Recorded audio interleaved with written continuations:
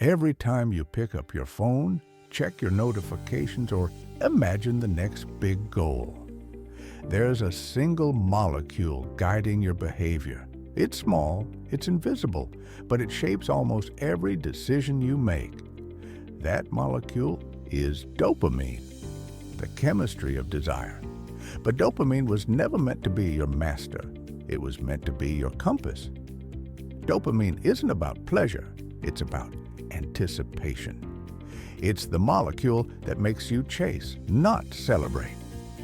When you scroll social media, dopamine spikes not because you're happy, but because your brain expects something rewarding to appear. That's why one more swipe never feels like enough. In the brain, dopamine acts like a prediction signal. It fires when something better than expected happens and drops when the outcome disappoints.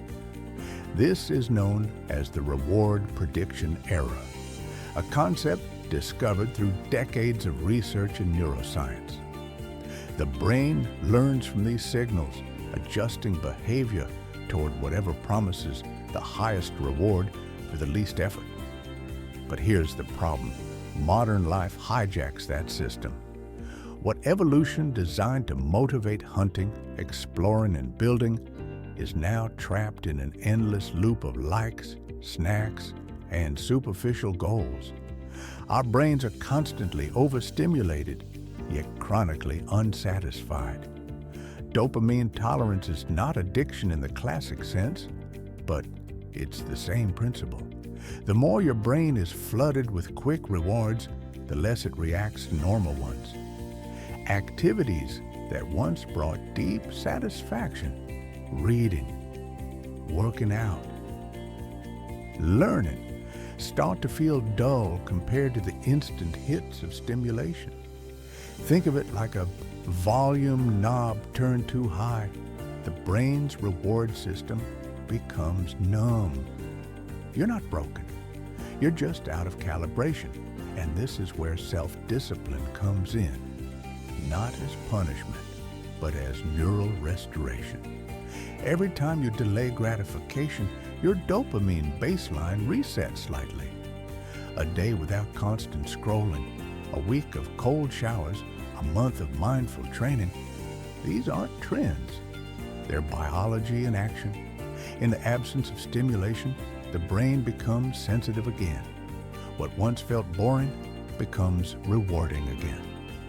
This process is called resensitization. It's your mind learning to find joy in effort, not outcome. Every ancient philosophy warned against excess long before dopamine was discovered. The Stoics called it temperance. The Buddhists called it right desire. Even Nietzsche warned that constant indulgence destroys the capacity for deep joy. In a sense, these thinkers described dopamine control long before science caught up. Because the truth hasn't changed. To master life, you must first master what you crave. There's a paradox here. Desire isn't the enemy. It's the engine of progress. Without dopamine, we wouldn't move, create, or love. The problem isn't wanting, it's wanting everything all the time. The modern hero's journey isn't about slaying dragons anymore. It's about reclaiming your attention from an economy that profits on distraction. To regain control, you don't need to quit desire. You need to redirect it. Channel dopamine toward the long term, your body, your art, your growth. Every rep in the gym, every page you read, every skill you refine, each one trains your brain to associate effort with reward again. That is dopamine discipline, not denial, but transmutation. Let's get practical. The brain's reward system works like a thermostat. Too much stimulation, and it turns off. Too little, and motivation drops. The goal is balance, controlled doses of discomfort and reward. Here's the paradox. True satisfaction comes not from chasing dopamine spikes, but from cultivating dopamine flow. Steady, meaningful engagement with life.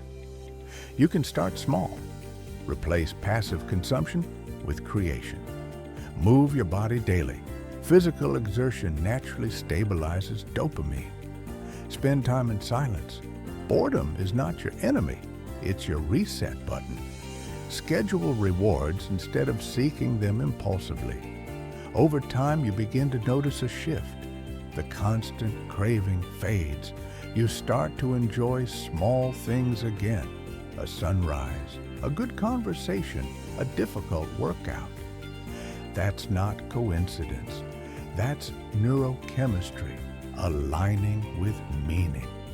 You don't need to destroy dopamine. You just need to remember what it was meant for, to make you move, not consume. The next time you feel the urge to scroll, to check, to chase, pause for a second. That's your biology asking for direction. Don't suppress it. Lead it. Because in the long run, discipline is the highest form of freedom.